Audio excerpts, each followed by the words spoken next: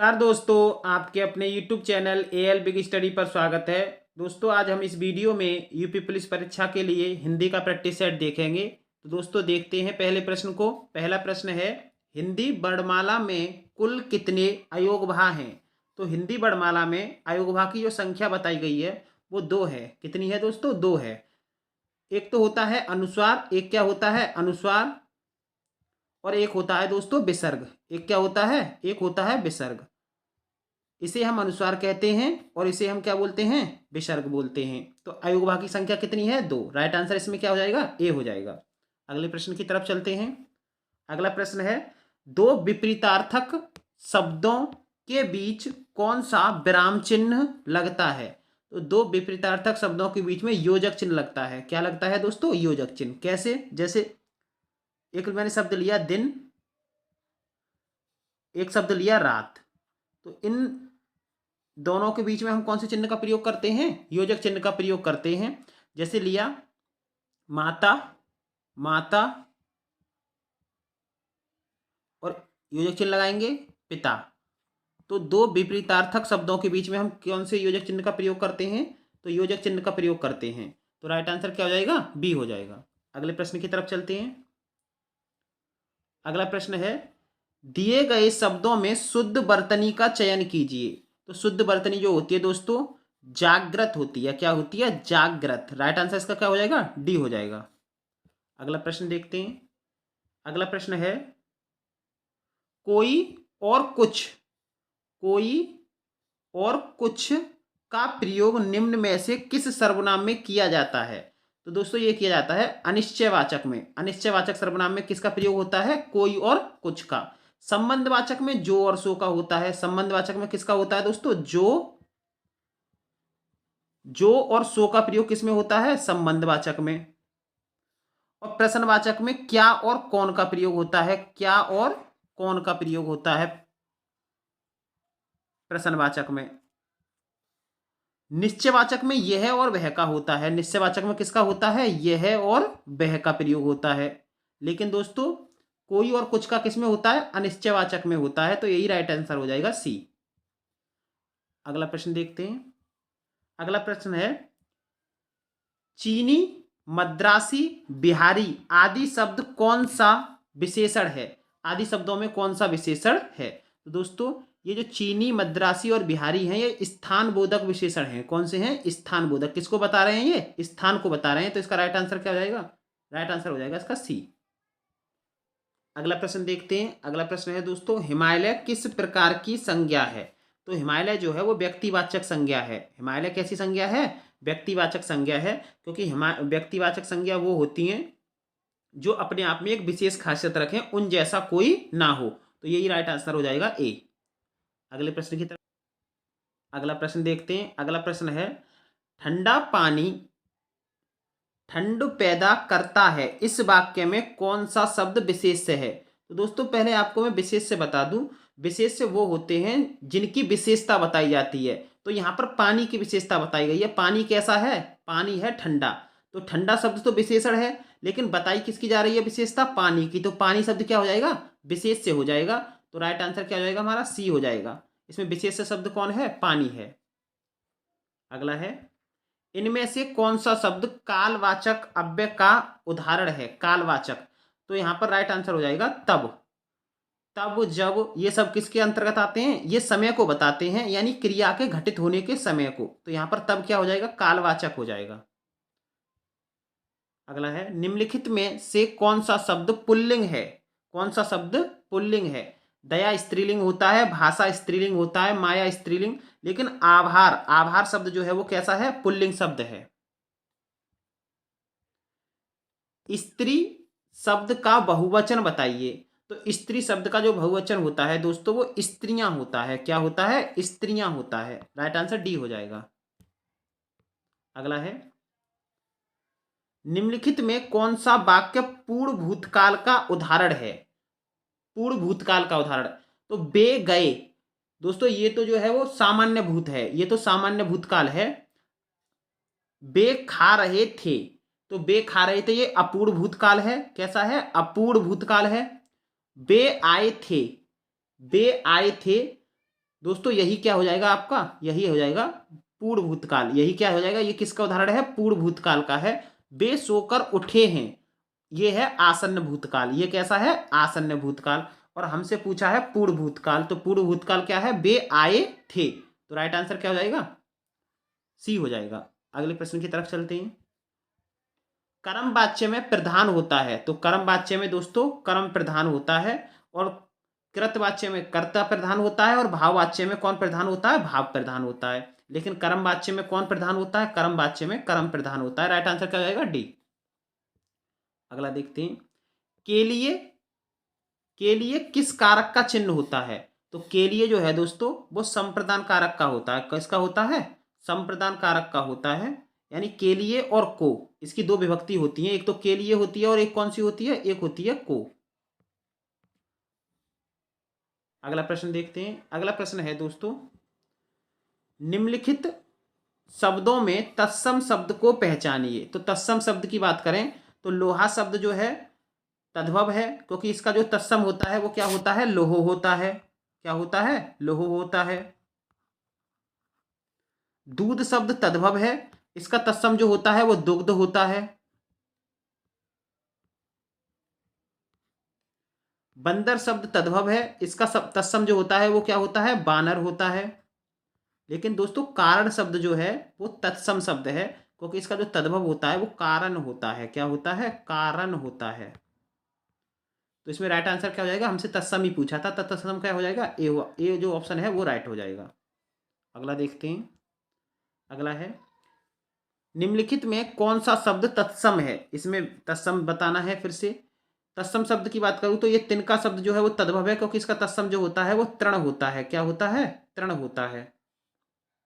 गृहिणी शब्द जो है दोस्तों तत्सम शब्द है। गृहिणी शब्द कैसा है, तत्सम है, क्योंकि इसका जो तद्भव होता है वो घरनी होता है। क्या होता है, घरनी। इसका तद्भव जो होता है वो क्या होता है, घरनी। धरती शब्द तद्भव है, धरती शब्द क्या है, तद्भव। इसका तत्सम जो होगा वो क्या होगा, धरित्री। क्या होगा, धरित्री होता है। दाहिना, दाहिना शब्द जो है वो तद्भव है, इसका तत्सम जो होता है वो दक्षिण होता है।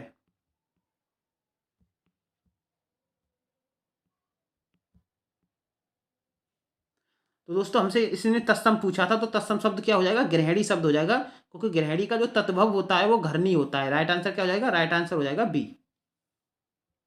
अगले प्रश्न की तरफ चलते हैं। अगला प्रश्न है, बढ़िया में मूल शब्द और प्रत्यय बताइए। तो दोस्तों बढ़िया में मूल शब्द और प्रत्यय, तो मूल शब्द जो है वो इसमें बढ़ है। क्या है, बढ़ है। मूल शब्द क्या है, बढ़। उसमें क्या जोड़ा हमने, या प्रत्यय जोड़ा। क्या जोड़ा, या प्रत्यय जोड़ा, शब्द बन गया है बढ़िया। तो बढ़ मूल शब्द हो गया, और या इसमें क्या हो गया, प्रत्यय हो गया। तो इसमें राइट आंसर क्या हो जाएगा, ए हो जाएगा। अगला है, परोपकार शब्द में कौन सा उपसर्ग है। तो परोपकार शब्द जो है वो पर धन उपकार से मिलकर बना है। किससे बना है, पर धन उपकार से मिलकर बना है। तो पर इसमें उपसर्ग है और मूल शब्द क्या है, उपकार। तो इसका राइट आंसर क्या हो जाएगा, राइट आंसर हो जाएगा बी, पर उपसर्ग है। अगला है, विलोम शब्दों का निम्न में से कौन सा युग्म सुमेलित नहीं है। अपना पराया ठीक है ये तो। आस्था अनास्था ये भी ठीक है। आकाश पाताल ये भी सुमेलित है। अग्नि आग, दोस्तों ये सुमेलित नहीं है। अग्नि का क्या होता है, विलोम शब्द जल होता है। अग्नि का क्या होता है, जल होता है। तो ये इसका सुमेलित नहीं है, यही राइट आंसर हो जाएगा।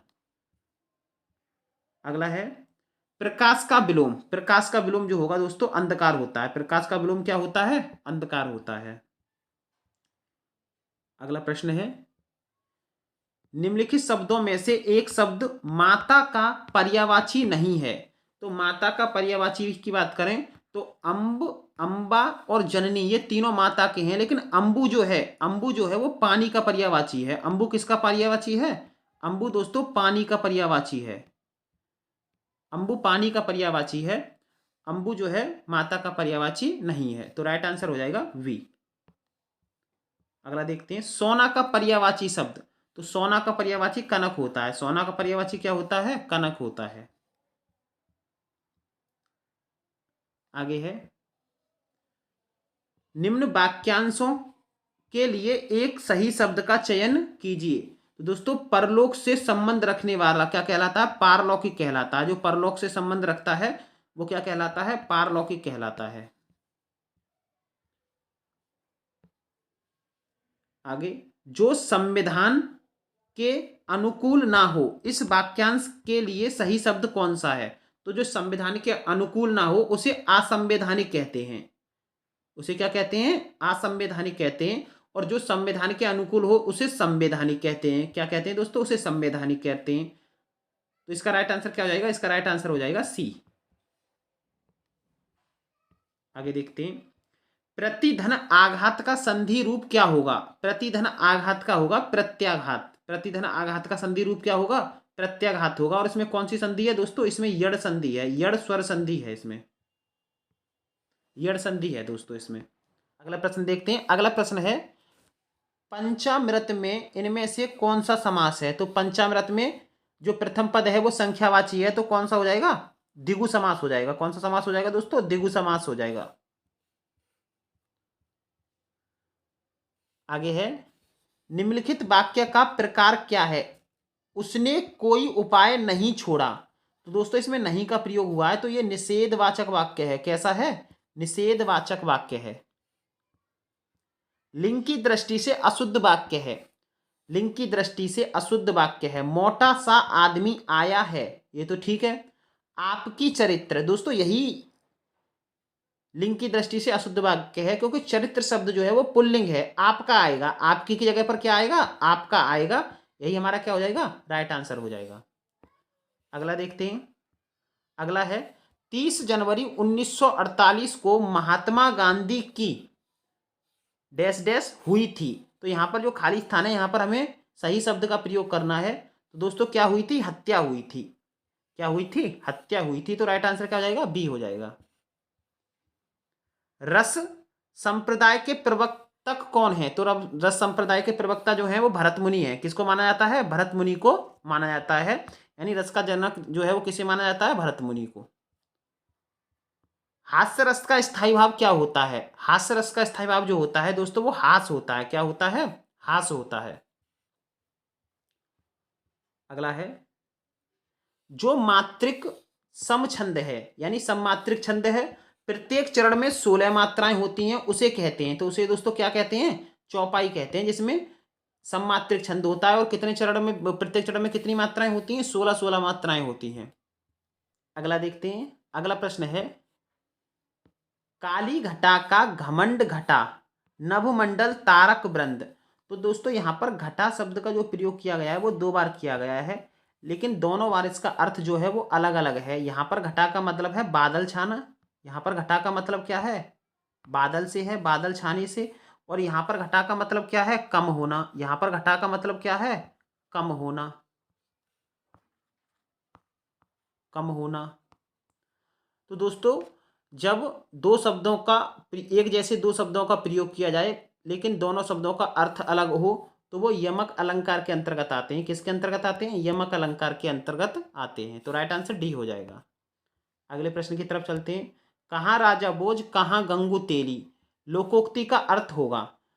तो विशिष्ट और सामान्य व्यक्ति की तुलना करना ही क्या कहलाता है? कहाँ राजा भोज कहाँ गंगू तेली। तो राइट आंसर क्या हो जाएगा? ए हो जाएगा। आगे है, पद्मावत किसकी रचना है? तो पद्मावत जो है वो मलिक मोहम्मद जैसी की रचना है। किसकी है?